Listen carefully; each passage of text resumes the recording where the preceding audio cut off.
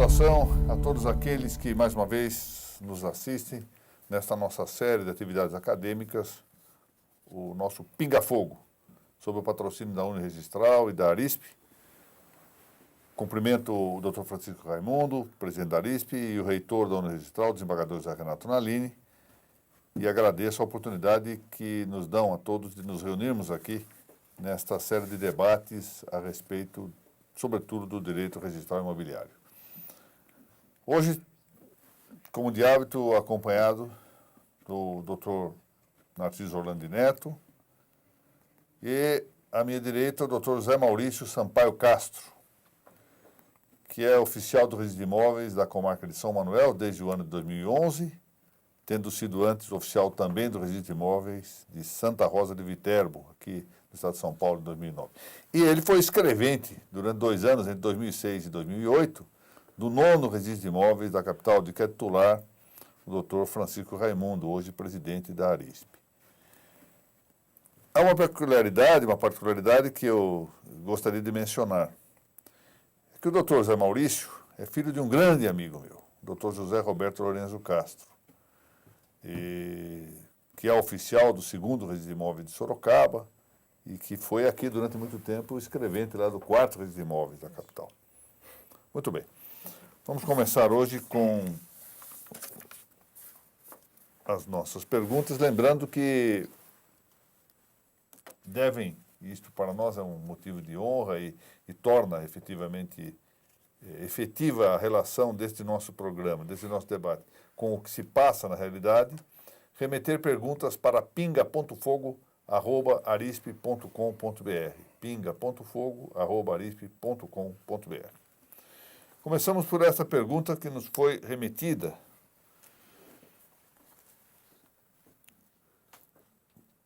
por Tiago, não nos diz aqui o sobrenome, que diz o seguinte: em áreas de proteção aos mananciais ou de proteção permanente, a lei de regularização fundiária, no parágrafo 2º de seu artigo 11, diz que, verificada a existência de núcleo urbano informal situado no todo ou em parte em área de preservação permanente ou em área de unidade de conservação de uso sustentável ou de proteção de mananciais definidas pela União, Estados ou municípios, a REURB observará também o disposto nos artigos 64 e 65 da Lei nº 12.651, de 25 de maio de 2012, hipótese da qual se tornaria obrigatória a elaboração de estudos técnicos no âmbito da REURB que justifiquem as melhorias ambientais em relação à situação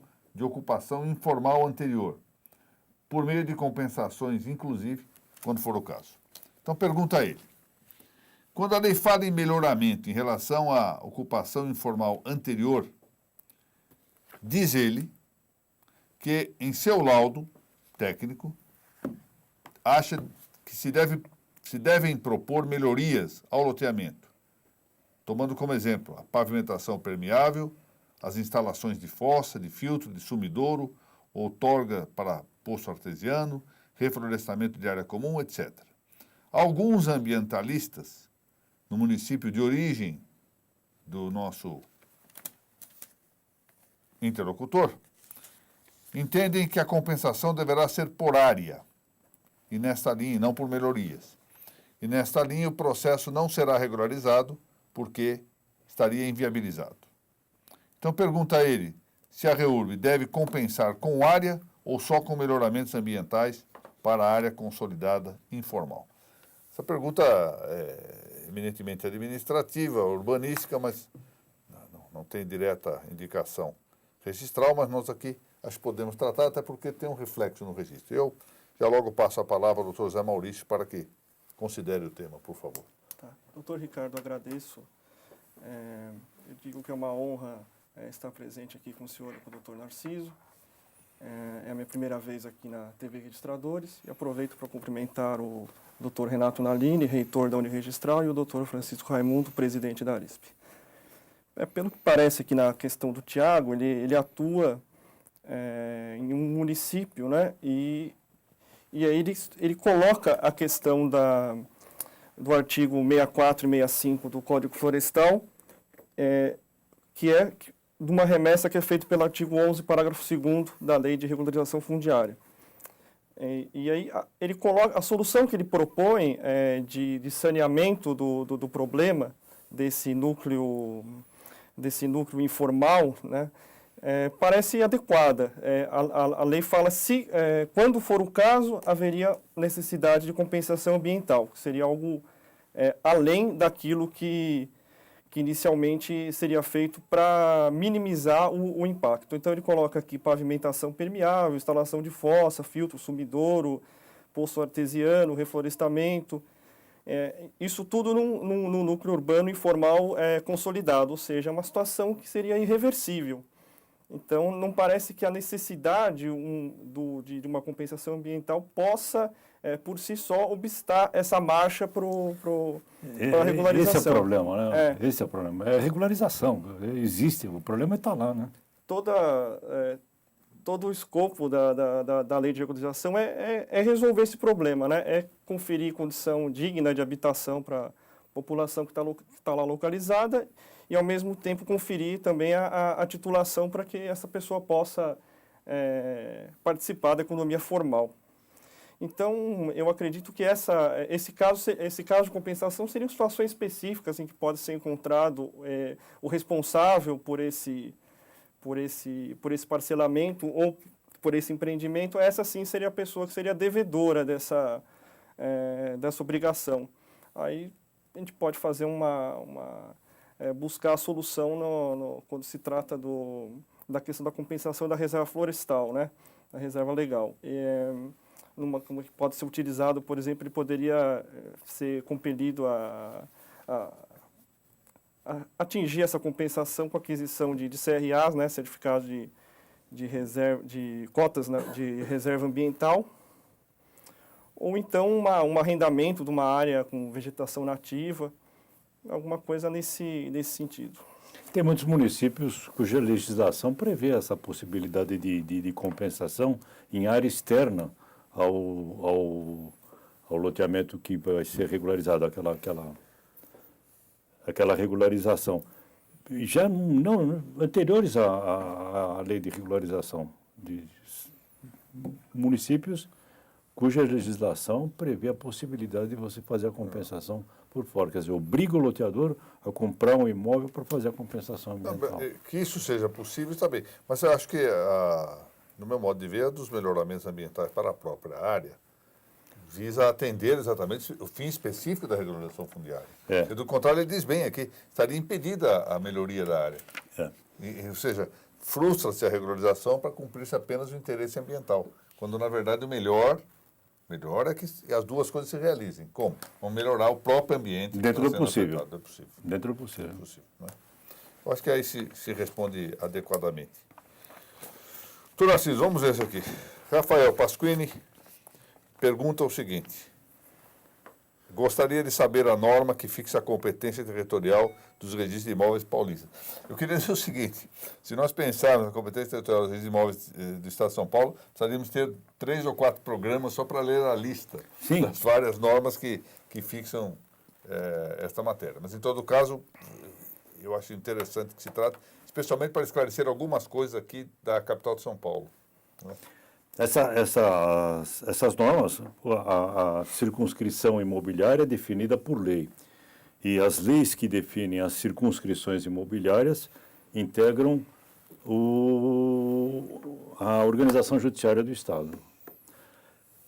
A cada criação de cartório de registro de imóveis corresponde à criação de uma circunscrição imobiliária por lei. Ela é definida por lei. Todas elas são definidas por lei. Em São Paulo, houve, na década de 70, 2 resoluções que tinham força de lei. Do Tribunal de Justiça? Do Tribunal de Justiça, criando serventias imobiliárias no estado de São Paulo e definindo as circunscrições. Na capital, nós temos conhecimento de alterações de circunscrições por ato administrativo das varas de registros públicos, o que absolutamente não é legal. Mas houve, no passado, há 30, 40 anos atrás, e as circunscrições continuam definidas de acordo com esses atos administrativos. Mas, basicamente, as circunscrições são definidas por lei, e essas leis integram a organização judiciária do Estado. Quer dizer algo? São vários, né, atos normativos, sempre aí no âmbito estadual, né? E também houve, né, recentemente no Estado de São Paulo, um provimento 747 do Conselho Superior da Magistratura que alterou a organização, que reorganizou os serviços, alterou atribuições e criou cartórios em em localidades que já existia a comarca, mas ainda não existia o serviço de registro de imóveis que estava vinculado ainda à comarca de origem. E o STF julgou inconstitucional esse provimento, mas fez uma modulação de efeitos, ressalvando que até o final do sétimo concurso seriam válidas essas modificações. Por exemplo, na comarca de Santa Rosa de Viterbo, onde eu atuei, houve uma anexação, embora seja uma comarca pequena, havia 2 tabeliões de notas. Assim que o primeiro vagou por aposentadoria, o segundo conseguiu a anexação e ficou por força do provimento 747. Agora, isso não é mais possível, porque isso durou até o final do sétimo concurso, final de 2011.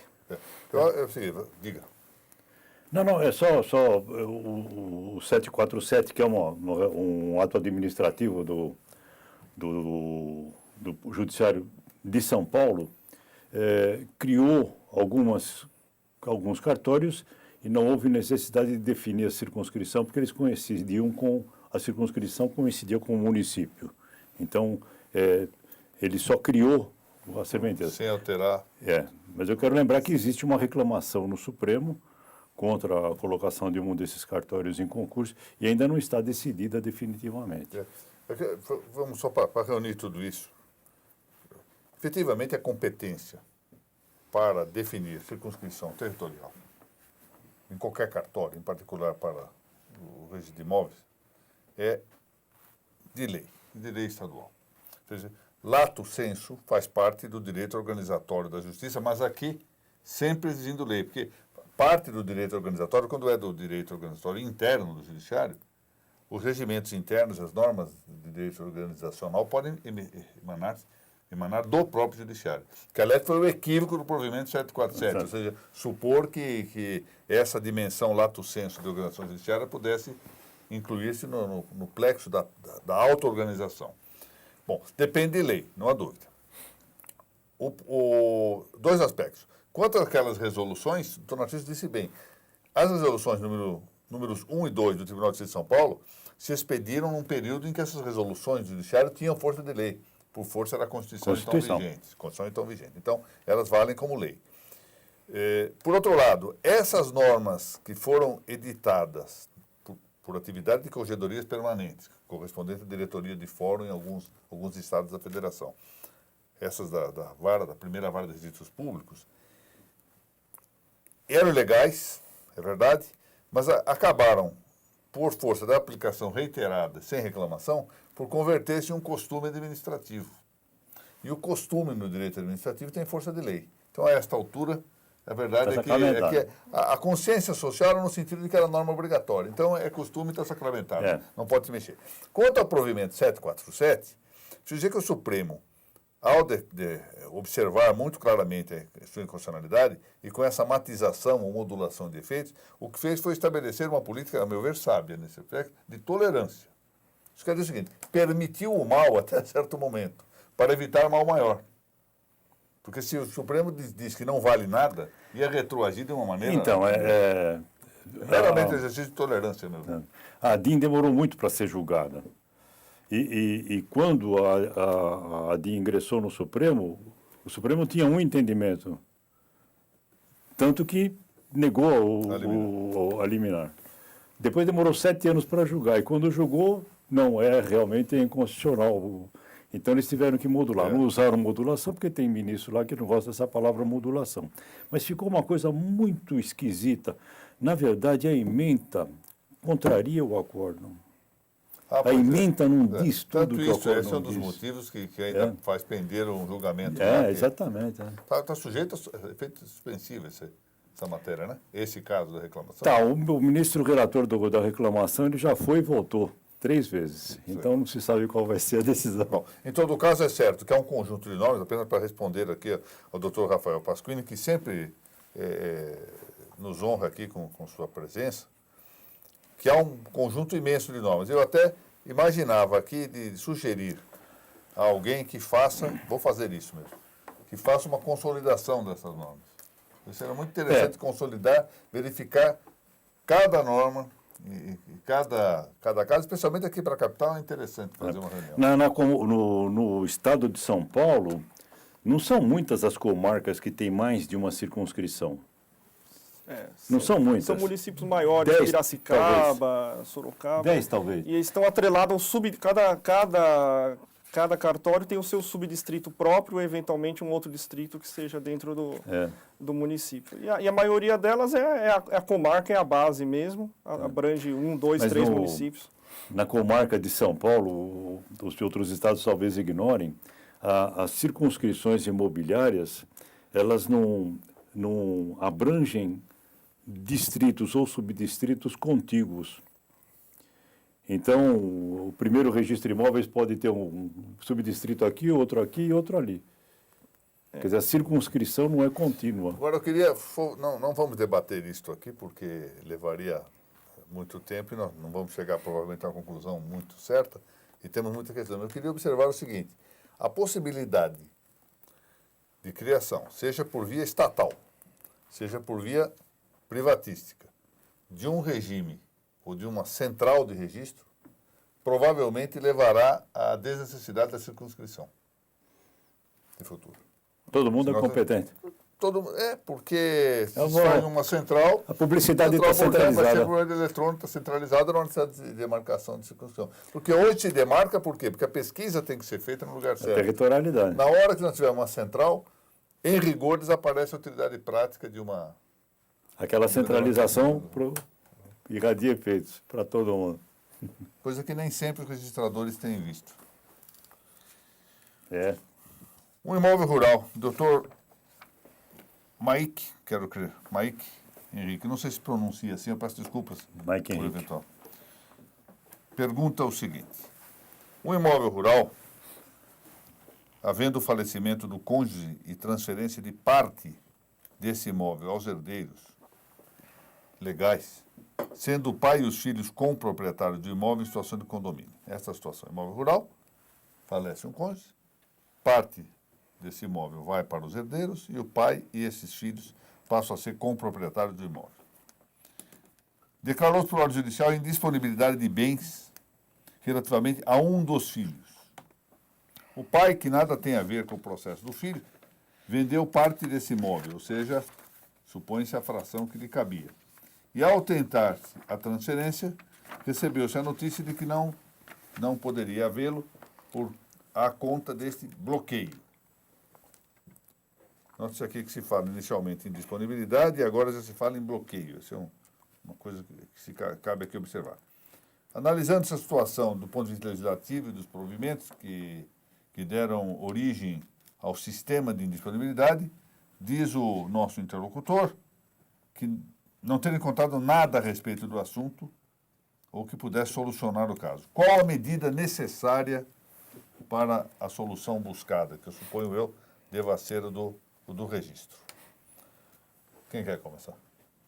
Posso começar. Então, Bom, com relação à indisponibilidade, existem duas situações distintas, né?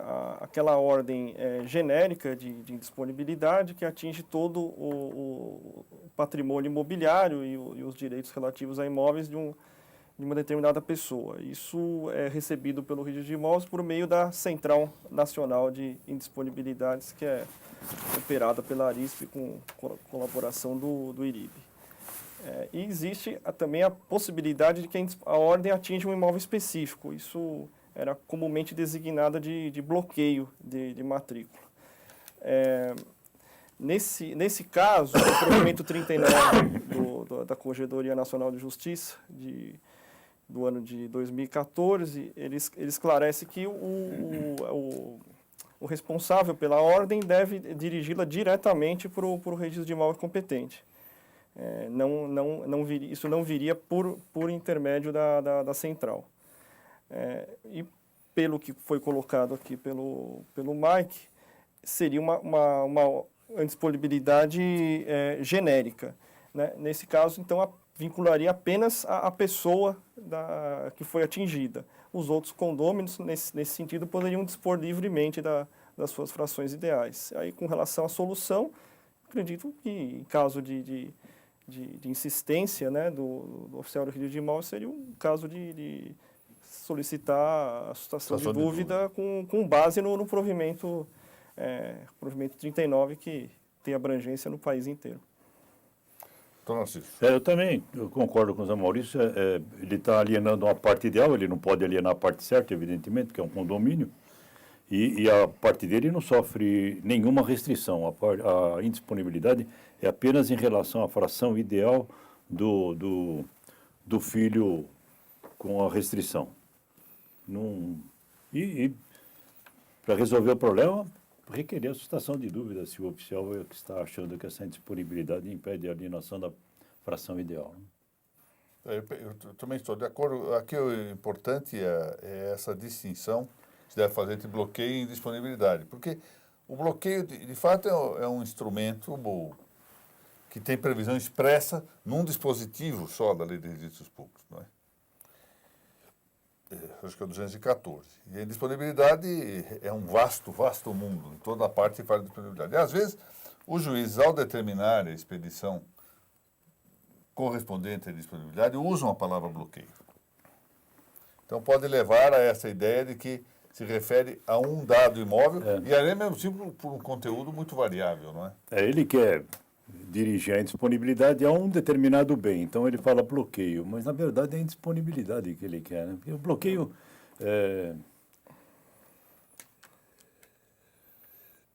de acordo com a Lei de Registros Públicos, ele previne porque há risco de aquela irregularidade se alastrar e prejudicar outras pessoas.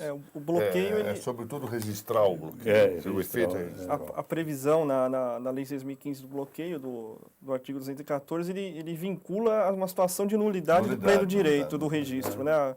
Ou às vezes o juiz corregedor, porque, digamos, o imóvel não é descrito, não é especializado risco, razoavelmente, ele determina o bloqueio até que seja regularizado. Já vi muito disso. Dá a impressão, isso é um pouco simplificador, talvez demais, mas enfim, que o bloqueio visa primeiramente a situação registral e secundariamente a ordem substantiva. Ao passo que a indisponibilidade visa primeiramente a ordem substantiva e aí vai como instrumento. Muito bem. Mas a solução é pedir, efetivamente, requerer a suscitação de dúvida. Ou seja, apresenta o título ao registrador, o registrador se nega ao registro e pede-se a suscitação de dúvida. Pergunta aqui vem de Pinhais. Dr. José Eduardo Moraes, que tem 3 filhinhos, a Sofia, o Felipe e o Miguel. O Felipe e o Miguel estavam lá logo que nasceram. Estavam lá em Curitiba. Dr. José Eduardo de Moraes, que é uma das melhores cabeças do registro de imóveis paranaense e brasileiro. Realmente um grande titular de registro. Faz as seguintes indagações. Indisponibilidade em nome do transmitente foi recepcionado pela Central de Indisponibilidade após a entrada do título de compra e venda sobre o mesmo imóvel de titularidade do transmitente. Ou seja, primeiro apresentou-se o título ao registro, depois veio a notícia da indisponibilidade. Então ele pergunta, deve respeitar-se a prioridade do título da compra e venda ou primeiro averbar a indisponibilidade e negar o registro da compra e venda? Ele pergunta se isto é uma exceção à prioridade. Doutor Narciso. É complicado. A primeira resposta que vem à cabeça é não. É prioridade. Se o título chegou antes da ordem de indisponibilidade, prevalece o título e ele deve ser registrado. Mas às vezes eu fico pensando e preocupado com a responsabilidade civil do oficial. Às vezes o juiz não compreende muito bem esse problema de prioridade. Então, eu cheguei a imaginar a seguinte situação. Ele compara a prenotação dos dois títulos e dá preferência àquela de número de ordem mais baixo, que é o título. Então, a prioridade perde. Então, ele registra o título e a prioridade fica a disponibilidade fica sem averbação, porque acabou a continuidade. Mas, tudo bem, ele faz essa qualificação em relação à prioridade. Depois ele faz a qualificação do título. E, por último, ele consulta a central de indisponibilidade. E a indisponibilidade está lá já. Ele pode ou não pode registrar. Ou seja, entraria, na verdade, como elemento de qualificação. Ele não averba, mas ela consta da central. Aí, agora sim se põe o problema. Não é que haja uma exceção à prioridade. Isso não haveria. Não. Haveria possibilidade. Porque essas exceções estão previstas em lei, em relação à hipoteca, etc. Isso. Não é? Aqui o que pode haver, esse é o tema interessante, é que na qualificação se deva considerar esta consulta à indisponibilidade. A indisponibilidade já existe e ela afeta o próprio juiz de qualificação. Ou seja, ele recusa não porque esteja averbada a indisponibilidade. Ela já está na central. Com o que nós teríamos que verificar se a indisponibilidade provoca efeitos desta ordem sem o registro. Essa é a grande questão. Podemos dizer que a indisponibilidade opera efeitos concorrentes com o registro? Ou seja, algo pode impedir uma alienação estando fora do registro? Sim, porque o tabelião também consulta a central de disponibilidade. Imaginemos que o título dele já tenha sido feito. É. O tabelião passou. Passa. É. Até porque ele pode fazer o ato, é indisponível, mas Sim, eu posso fazer o ato. Agora, o problema é o registro. Ou seja, esse impedimento vai ser concorrencial com consta da tábula, com consta do registro, ou não? Então... Estamos de acordo, acho que o doutor Zé Maurício também, que não se trata de exceção à prioridade. Não se trata disso. Se trata apenas de saber se a qualificação pode ser, nesse caso, negativa, com base em algo que não está no registro. Esse é o tema. O que acha, doutor Zé Maurício? Interessante. O provimento 39 do CNJ ele determina não só os tabeliães de notas, mas os oficiais de registro também consulte a indisponibilidade, a central de indisponibilidade, antes da prática de qualquer ato, né? Então, pode inclusive existir uma situação que essa ordem de disponibilidade ainda não foi registrada no livro específico do registro de imóveis, mas já esteja disponível no site. Quando é feita essa consulta, a gente verifica, então, que há uma disponibilidade do transmitente, né? Então, acho que não seria possível registrar o título pela prioridade e esquecer essa... Agora eu vou fazer o papel de advogado do diabo. 2 problemas. Primeiro, podia o provimento 39 criar uma norma dessa? Ainda que partindo de uma entidade respeitável, de todo respeitável, como é o CNJ? Onde é que está na Constituição a possibilidade? Primeiro ponto. Segunda questão importante. Nós estamos, com essa orientação, nós estaríamos negando vigência ao artigo 252. Porque, veja bem, o que diz o 252 mesmo? Enquanto não cancelado, o registro produz todos os seus efeitos. Isso é o proprietário do imóvel. Está alienando esse imóvel. Pouco importa até se uma decisão, por exemplo, do Supremo Tribunal Federal, já tiver anulado o título. A gente tem decidido assim. Ou seja, a decisão do Supremo não valeria, mas o que consta da central de disponibilidade, sim. Parece exagerado.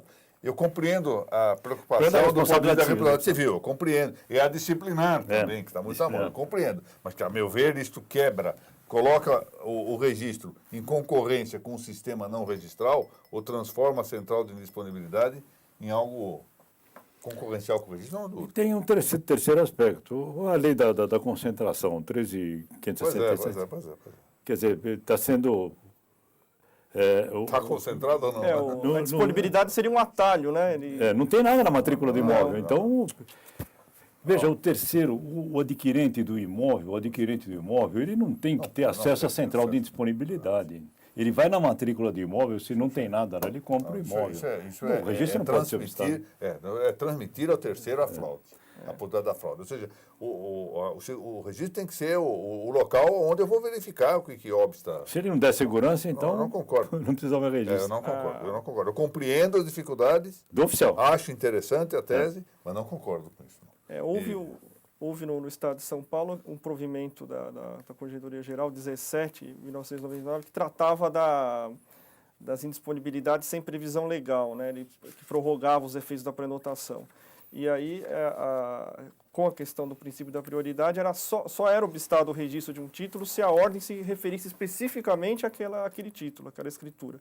Caso contrário... estados ainda, no Paraná ainda é assim. Aqui, essa norma ainda está em vigor. Então, criava uma solução para esses casos em que chegava a ordem, se não se referisse especificamente àquele título, era registrado e aí era mas de devolvida... todo modo, o que nós estamos vendo ao longo do tempo, isso é muito interessante, essas observações são preciosas. São passos sempre para diminuir a força exclusiva que vem do registro de imóveis. Primeiro com isso, depois consulta aqui, consulta ali, daqui a pouco vai consultar a Receita Federal, vai ter consulta ao CIRC, consulta ao ANR, e o registro de imóveis vai cada vez mais vai perdendo. E vejam, o que é a gravidade da coisa, que acho que não se está notando, é que boa parte do prestígio do registro de imóveis deriva da confiança, da fidúcia que a comunidade tem no registro. Não é só a força que está na lei. É a confiança que o particular tem no registro. Na hora que o particular não puder confiar no que está no registro, mas que tenha que procurar fazer toda uma busca fora para saber se está certo, pode fechar o registro de imóveis ou colocar uma placa registro facultativo. Essa é que é a coisa que não se está vendo. Eu acho que estamos vivendo realmente um período, a meu ver, um período agônico do registro de imóveis. Se não houver uma reação urgente nesse sentido, vai aparecer uma coisa nova no lugar do registro de imóveis. Essa é a verdade.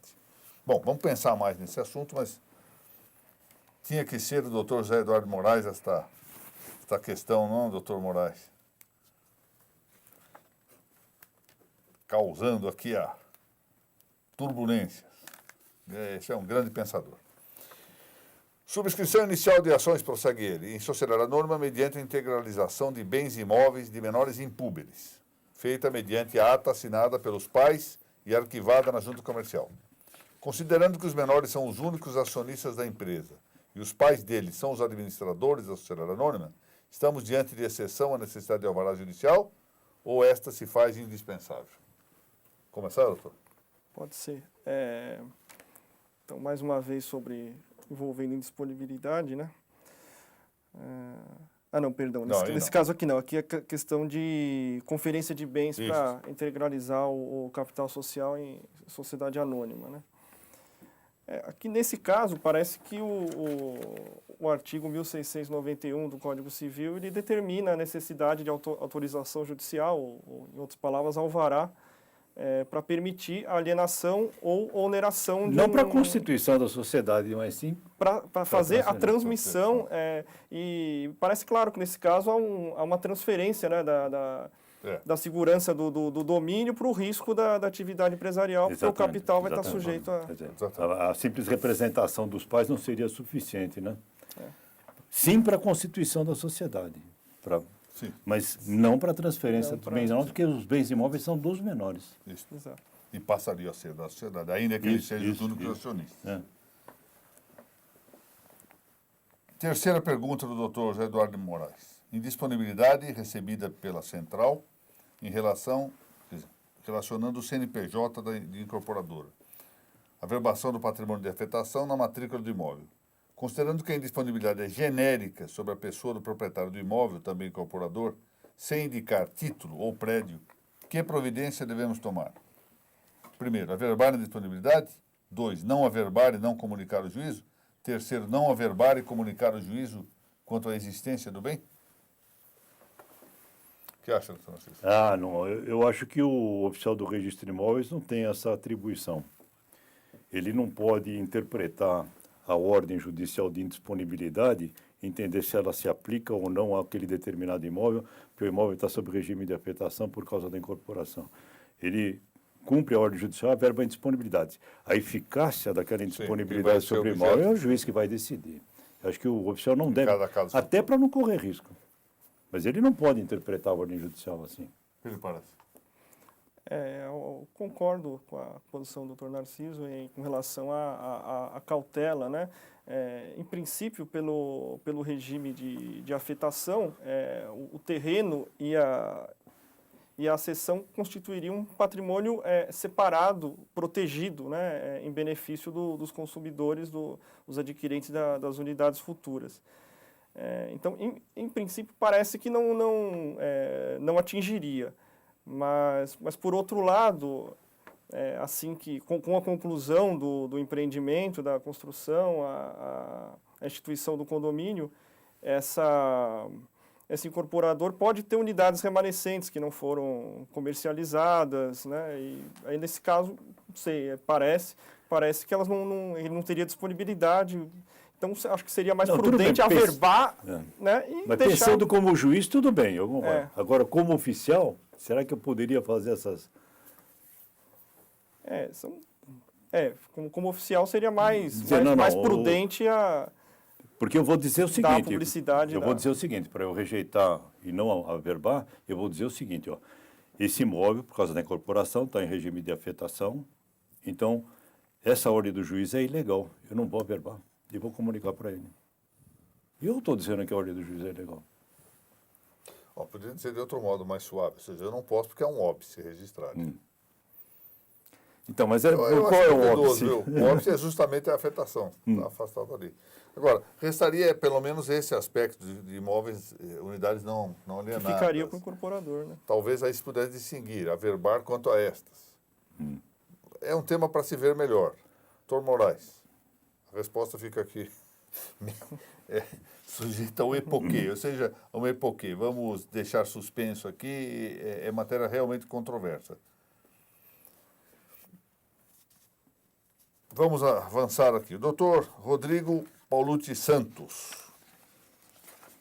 pergunta o seguinte: leva em consideração o provimento 37 do Egrégio Conselho Nacional de Justiça e decisões sobre o assunto. Menciona aqui uma apelação de São Paulo e um parecer da Corregedoria Geral de São Paulo também. Ele gostaria de saber a respeito da necessidade do ingresso da escritura pública ou sentença no registro civil de pessoas naturais, livro E, como exigência prévia, é um caso de união estável, salvo engano, não é? Ao ingresso no registro de imóveis. Começa, doutor Narciso. O Conselho, a Corregedoria Nacional de Justiça criou o registro da declaração da união estável no livro E do Registro Civil das Pessoas Naturais.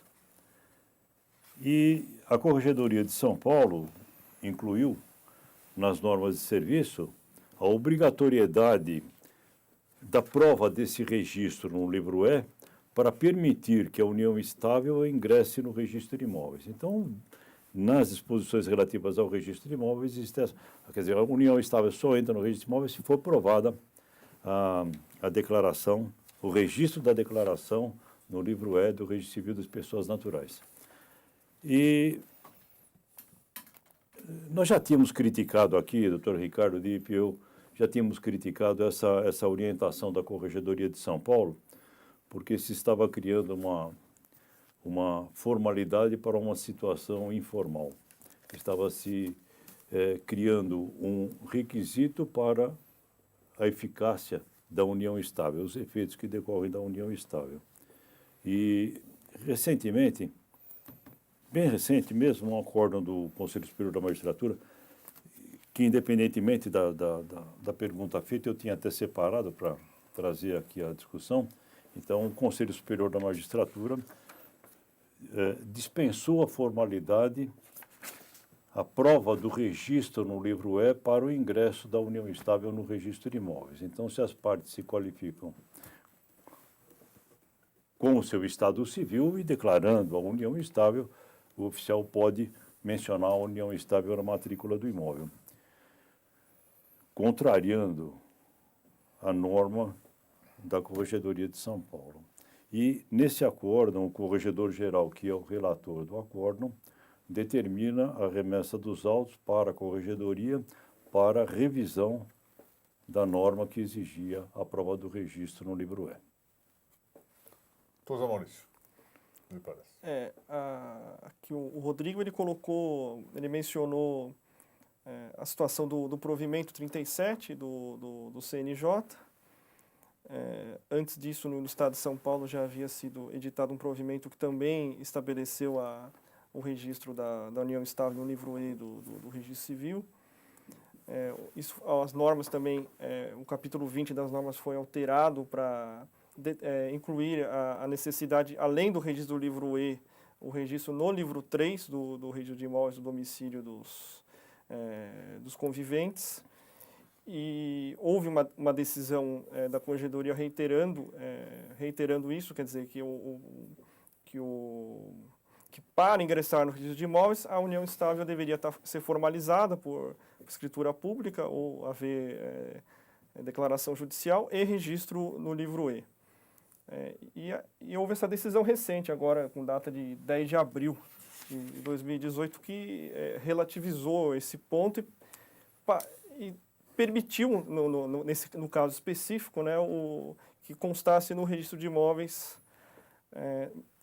a existência da união estável, independentemente do registro do livro E.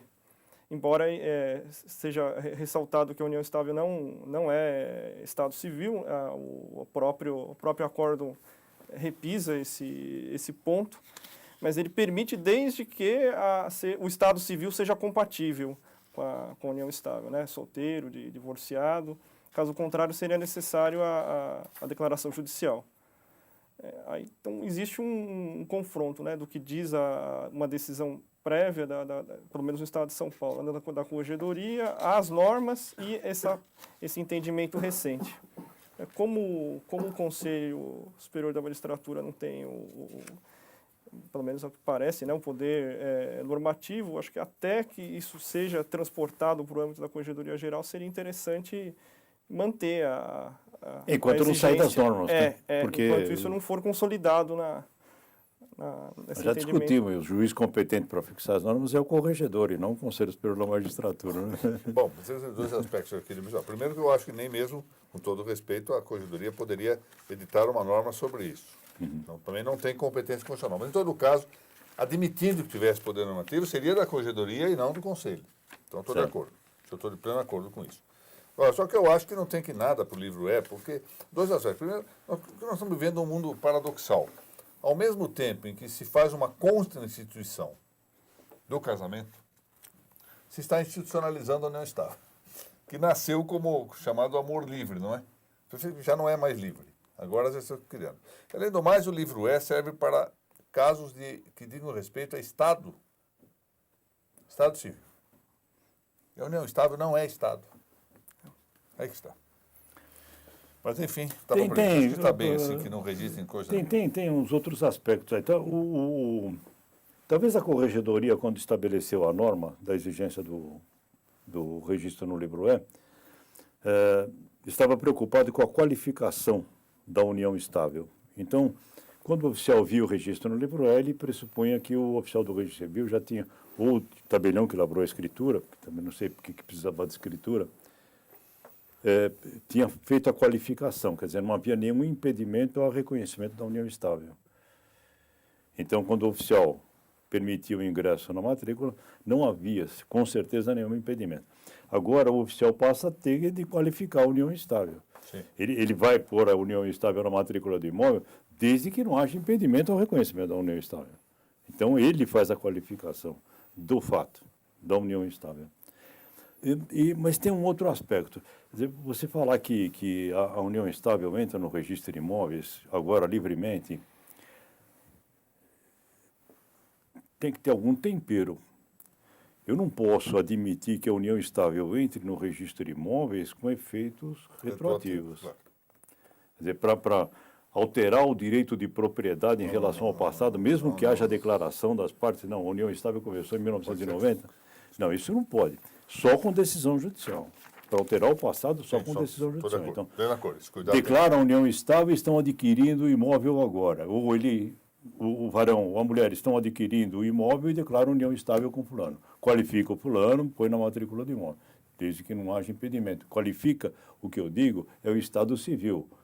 É solteiro, é casado, é viúvo, é separado, é divorciado, tem que colocar o estado civil. Estou de acordo.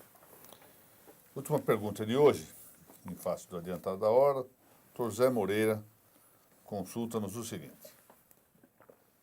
Como quase todos os tabeliões de notas condicionam a abertura de firma, a identificação fotográfica e biométrica do usuário, gostaria de saber se ao notário basta invocar a segurança jurídica para superar o fato de não haver previsão a esse respeito nas normas de serviço.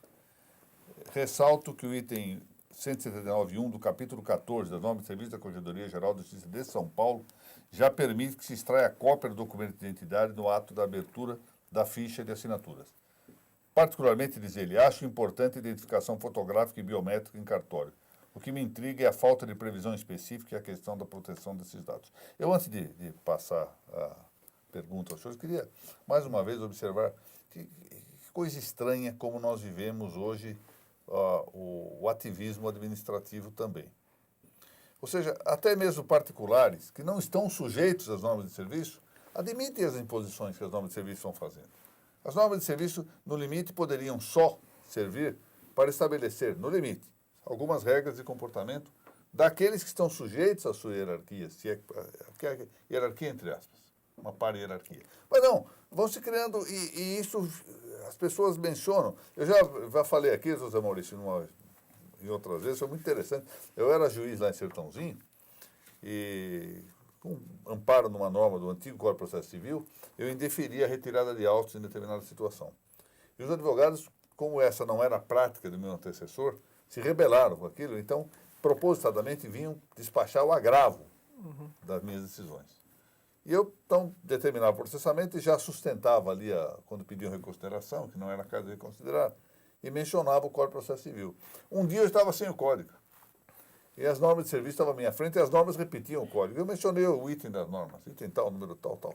O advogado apanhou aqui e disse, doutor, se o senhor já tivesse dito que estava nas normas, a gente já tinha parado de tirar agravo há muito tempo. Veja, as normas só repetiam o Código de Processo Civil. Então, mais uma vez aqui, a preocupação sobre está nas normas, tem que cumprir ou não. Se não estiver nas normas, eu não cumpro. E o particular já não está vendo que são normas de serviço que estão sendo criadas e impostas também a ele particular. Isso é interessante. Mas vamos ao caso concreto aqui, doutor Zé Maurício. O que ele parece? Ele está intrigado com a falta de previsão específica, que é útil, não há dúvida. Agora, seja obrigatório. Eu não sei se essa é uma situação tão comum assim, porque, pelo menos nas comarcas do interior, às vezes que eu abri firma, que eu não... Simplesmente foi utilizada a cópia do documento, né? E sem necessidade de identificação por biometria ou foto. É uma questão que imagino que os tabeliães façam para conferir maior segurança, evitar fraude, mas, por outro lado, não tem previsão nenhuma. Nem penso que possa haver uma previsão, a meu ver, de caráter nacional, salvo o melhor juízo, com as diferenças regionais no país. Eu contei já aqui também uma outra vez que a querida ministra Nancy Andrighi, quando foi eleita corregedora nacional, viajou para o ponto mais extremo que ela encontrou de Brasília. Foi lá visitar para fazer uma prova de que ela queria estar presente em todo o campo. E ali chegou numa comarca que estava toda ela com processo eletrônico. Ficou satisfeita, a sala do juiz absolutamente limpa, era uma juíza, parece. Aí ela me contou, quando voltou dessa viagem, eu disse, desembargador, achei espetacular aquilo. Foi que coisa boa, ministra, mas só tinha um dado. A juíza me chama de lá e diz assim, doutora, queria dizer o seguinte, ministra, 1 hora por dia só que nós temos eletricidade aqui, então está tudo parado. Essa é a situação nacional. Não dá para fazer uma norma dessa, impor biometria, identificação fotográfica para cartórios que mal têm condição de sobreviver fazendo... Não é? Mas o doutor Ricardo ressaltou bem, quer dizer, o tabelião independe da existência de uma norma para tomar as cautelas que ele acha necessárias. E quanto mais cauteloso ele for, melhor, porque a responsabilidade civil dele no reconhecimento de firma é coisa séria. Coisa séria. E veja, e há um aspecto que eu queria até mencionar. Né? A margem da responsabilidade, que é uma coisa que deve preocupar, existe o plano institucional. O que há de mais importante na atividade do notário é o CAVERI, ou seja, a precaução, a prevenção. Prevenção, Esse exatamente. é o núcleo da atividade dele. Então faz muito bem se cobrar identificação fotográfica e biométrica. Agora, impor isto necessariamente levaria a um curso que ele não poderia. Não, nem pensar. Parece que em São Paulo houve uma recomendação, acho que chegou a ser incluída nas normas de serviço, no sentido de que se instalasse câmeras no setor de reconhecimento de firmas e de preenchimento das fichas. Contou-me outro dia o doutor Anderson, do 2º Tabelião aqui de São Paulo, que depois de ter instalado esse sistema no cartório com um aviso de que qualquer coisa chamaria a polícia, desapareceu muitíssimo problema no cartório. Aí sem contar que ele faz o seguinte: procuração e abertura de firma, escreventes especializados, bem treinados, para evitar... Não é um serviço que possa ser atribuído a qualquer pessoa. E o tabelião já tem um risco sério que está na lei, né? A cédula a carta de habilitação do motorista, a cédula de habilitação do motorista, é considerada por lei documento de identidade. E ela não oferece nenhuma segurança. Esses modelos antigos, nenhuma segurança. E o tabelião não pode recusar. Eu provo a minha identidade com a habilitação e pronto. Há o problema também dos RGs com fotos antigas, né? Fica difícil identificar. Não há obrigatoriedade ainda de renovação.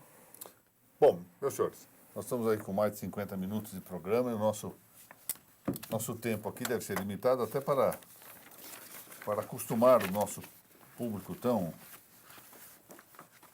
generoso conosco a reservar o período para participar aqui desse nosso programa. Eu quero agradecer mais uma vez, doutor Narciso, cuja presença aqui é fundamental. Não se pode pensar em fazer o Pinga Fogo sem o doutor Narciso. E agradecer a presença do doutor José Maurício Castro, que foi realmente, não chega a surpreender, mas quem nasce aos seus não degenera. Exatamente. Muito bem, mas além do mais demonstrou uma facilidade de comunicação, assim, muito interessante. O programa foi, no meu modo de ver, muito bom por isto. Agradeço. Quero agradecer ao nosso setor administrativo e ao setor técnico pela competência de sempre e renovar os meus agradecimentos ao Dr. Francisco Raimundo, presidente da Arisp, e ao reitor da Uniregistral, Dr. José Renato Nalini, pela oportunidade que nos dá. Relembro a todos, ao tempo em que renovo minhas saudações àqueles que nos assistem, que devem remeter perguntas para pinga.fogo@arisp.com.br. Eu repito, pinga.fogo@arisp.com.br. E que se lembrem sempre que isso é um programa de debates, em que nós damos frequentemente não só aspectos de que possamos convencer-nos a ver ciência, mas também aspectos que são meramente opinativos. Ou seja, damos opiniões das quais podemos ter adiante algum arrependimento, ou seja, podemos retificar. Isso é um programa de debates e isso deve... O grau de certeza ou de não certeza, ou seja, o grau epistêmico aqui daquilo que nós estamos propondo, tem que ser pesado de acordo com as dificuldades. Alguns temas são muito novos, alguns temas são controversos, de difícil avaliação, e portanto, esse frequentemente é o nível que se pode esperar de conhecimento quanto às nossas respostas. Agradeço novamente a todos e que Deus nos faça reunir novamente na próxima semana. Muito obrigado.